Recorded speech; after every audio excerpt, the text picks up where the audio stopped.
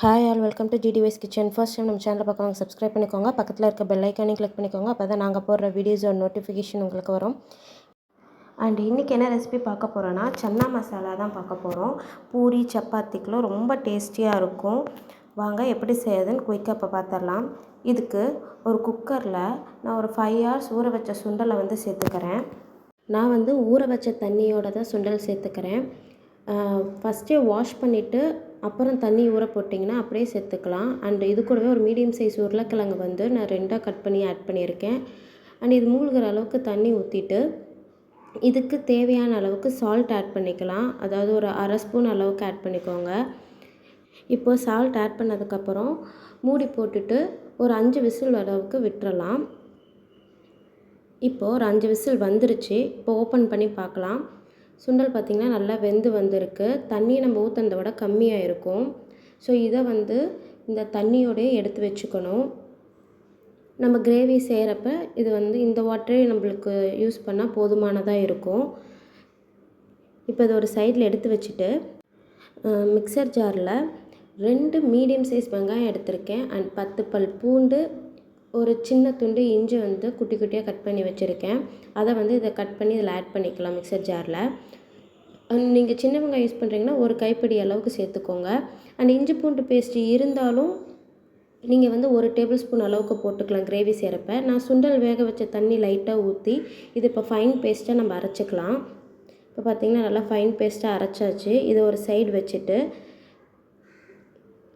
நான் இப்போ அதே குக்கர் எடுத்துக்கிறேன். அந்த குக்கரில் ஒரு 2 டேபிள் ஸ்பூன் அளவுக்கு ஆயில் ஆட் பண்ணிக்கலாம். இப்போ ஆயில் நல்லா சூடாகட்டும். ஆயில் சூடானதும் பட்டை லவங்கம் நீங்கள் டைரெக்டாக ஆட் பண்ணலாம், இல்லைனா இந்த மாதிரி பவுடர் செஞ்சு ஆட் பண்ணிக்கலாம். நான் ஒரு 2 பிஞ்ச் அளவுக்கு பட்டை லவங்கத்தூள் போட்டிருக்கேன். அண்ட் இது கூடவே நம்ம அரைச்சி வச்சுருக்க பேஸ்ட்டையும் டைரெக்டாக ஆட் பண்ணிடலாம். இப்போ இதோட ரா ஸ்மெல் போய் தண்ணியெலாம் நல்லா சுருங்கி வரும். அந்த அளவுக்கு மீடியம் ஃப்ளேமில் வச்சே நல்லா வதக்கி விடுங்க. கையில் வச்சு பண்ணுறப்ப சம்டைம்ஸ் அடிப்பிடிக்க வாய்ப்பு இருக்குது.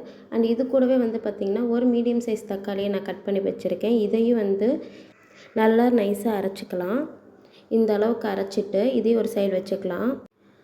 அண்டு இப்போ ஆனியன் ஜிஞ்சர் கார்லிக் பேஸ்ட்டோட நல்லா தண்ணி சுருங்கி ரா ஸ்மெல் போனதுக்கப்புறம் நம்ம அரைச்சி வச்சுருக்க டொமேட்டோ பேஸ்ட்டை ஆட் பண்ணிக்கலாம்.